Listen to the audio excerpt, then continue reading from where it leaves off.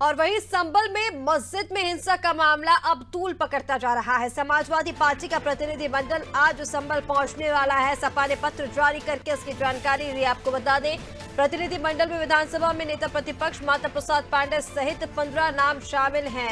ये तस्वीरें आपको हिंसा की दिखा रहे हैं कि किस तरह से सर्वे के दौरान हिंसा हुई थी, लेकिन अब ये जो मामला है वो लगातार तूल पकड़ता जा रहा है। डेलीगेशन में शामिल लोग हिंसा के बारे में जानकारी जुटाएंगे और खबर ये भी है कि माता प्रसाद के घर के बाहर भारी पुलिस बल को तैनात कर दिया गया है। सेक्टर 11 वृंदावन योजना लखनऊ में उनके बाहर रात से ही पुलिस बल तैनात कर दी गई थी और अभी पुलिस बाहर ही है। उनको किसी प्रकार का नोटिस आदि नहीं दिया गया और ना ही नजरबंद किया गया है, लेकिन सुरक्षा के लिहाज से ये जो तमाम व्यवस्थाएं हैं वो की गई हैं। और चलिए अपडेट इस पर लेंगे। अपडेट के लिए नितेश हमारे साथ लगातार बने हुए हैं। नितेश, लगातार संभल में जो हिंसा हुई थी वो मामला अब तूल पकड़ता जा रहा है और इसी को लेकर समाजवादी पार्टी का प्रतिनिधि मंडल वहां पहुंचने वाला है। अब वो ये जानकारी जुटाने वाले हैं कि आखिर ये हिंसा कैसे हुई, क्या कुछ अपडेट है इसको लेकर? बिल्कुल ऋषिका, अगर ये कहना अतिशयोक्ति नहीं होगा कि संभल अभी भी सुलग रहा है, लेकिन इससे पहले बता दें जैसे वो घटना हुई उसके बाद समाजवादी पार्टी का एक प्रतिनिधि मंडल कुछ दिन पहले ही जाने के निर्देश अखिलेश यादव ने दिए थे अपनी पार्टी के नेताओं को और इसमें 15 सदस्यीय प्रतिनिधि मंडल की जिम्मेदारी दी गई थी। लेकिन उसके बाद माता प्रसाद पांडे ने प्रेस कॉन्फ्रेंस करके एक ये जानकारी दी कि प्रशासन ने उनसे अनुरोध किया है कि अभी यहाँ की स्थितियां सामान्य नहीं है और उनका कहना था कि वहाँ के डीजी ने इस बात को आश्वस्त किया है कि अगले 3 दिवसों में एक पूरी जांच पूरी हो जाएगी। लेकिन ऐसा जब सामने नहीं आया तो उसके बाद फिर से एक बार पुनः वही प्रतिनिधि मंडल संभल जाने की तैयारी कर रहा है। तो उसमें जो अपडेट आ रहा है तो इसमें कहीं ना कहीं पुलिस प्रशासन का पहरा भी तेज हो गया है। नेता विरोधी दल माता प्रसाद के घर के बाहर पुलिस को तैनात कर दी गई है। इसमें नजरबंद उनको नहीं किया गया, सुरक्षात्मक दृष्टिकोण से ये बात सामने निकल कर आई।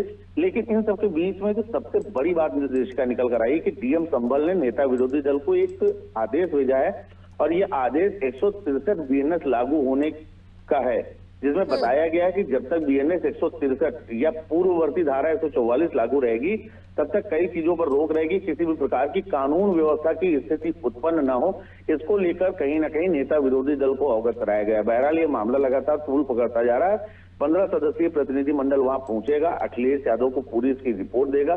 ये 15 सदस्यीय प्रतिनिधि मंडल वहां जाकर इस बात की पड़ताल करेगा कि कैसे क्या हुआ था और इसके बाद अपनी रिपोर्ट प्रस्तुत करेगा। ऋषिका, बिल्कुल, लेकिन नितेश देखिए, जिस तरह से आपने बताया, हम जहां पर बात कर रहे हैं कि सुरक्षा की दृष्टि से भी लगातार जो प्रयास हैं वो प्रशासन की ओर से किए गए हैं यहाँ पर, लेकिन क्या सपा के प्रतिनिधि मंडल के वहां पर पहुंचने के बाद कोई हालात में फेरबदल होता हुआ नजर आ सकता है? क्या कोई हालात वहां पर बिगड़ सकते हैं क्या, जैसे अनुमान लगातार लगाया जा रहा है? देखिए, न सिर्फ सपा बल्कि कोई भी राजनीतिक दल के वहां पहुंचने से वहां की स्थितियां निश्चित ही प्रतिकूल हो सकती हैं, क्योंकि अगर मौजूदा समय की वहां पर बात करें तो जिस प्रकार से पुलिस प्रशासन ने वहां पर शांति व्यवस्थाएं कायम की है उसके बावजूद भी छिटपुट बातें वहां से सामने निकल कर आती हैं। लेकिन ऐसे में राजनेताओं को ये सोचना चाहिए कि जब किसी जगह पर मामला इतना गंभीर है तो उस जगह पर खासकर उस मुद्दे पर राजनीति नहीं करना चाहिए। और ये किसी भी राजनीतिक दल के लिए होता है कि जब वहां पर लॉ एंड ऑर्डर की जिम्मेदारी पुलिस पूरी तरीके से संभाल रही, कोई भी हल्की सी भी बयान, छोटा सा भी घटना एक बड़ा संवेदनशील मुद्दा बन सकता है। तो ऐसे में निश्चित है, और ये बात निश्चित है कि लोकतांत्रिक व्यवस्था में राजनेताओं को पूरी छूट है कि जो भी किसी के साथ अगर गलत हुआ है तो उसकी बात को उठाएं। हालांकि इस बात को वो विधानसभा सत्र के दौरान उठाने की बात माता प्रसाद पांडे पहले ही कह चुके हैं, लेकिन वहां पर जाना और उसके बाद वहां से चूंकि क्या कुछ होगा, किस तरीके के बयान आएंगे, इसको लेकर पहले ही पुलिस सतर्क है। लगातार सतर्क दृष्टि भी बनाई रखी है, सोशल मीडिया के पेजेस पर भी लगातार नजर रखी जा रही है। प्रथम प्रयास प्रशासन का यही है कि वहां से कोई ऐसी बयानबाजी ना हो, कोई ऐसी बात ना हो जिससे माहौल फिर एक बार गर्मा सके। जी बिल्कुल नितीश, ठीक कहा आपने कि एक बयान भी कहीं ना कहीं जो माहौल है वो बिगाड़ सकता है और उसी को लेकर देखिए प्रशासन पूरी तरह से मुस्तैद है, लेकिन देखना होगा कि प्रतिनिधि मंडल के वहां पर पहुंचने के बाद क्या तस्वीरें निकलकर सामने आती है। फिलहाल तमाम जानकारी के लिए शुक्रिया आपका, बने रहिए हमारे साथ।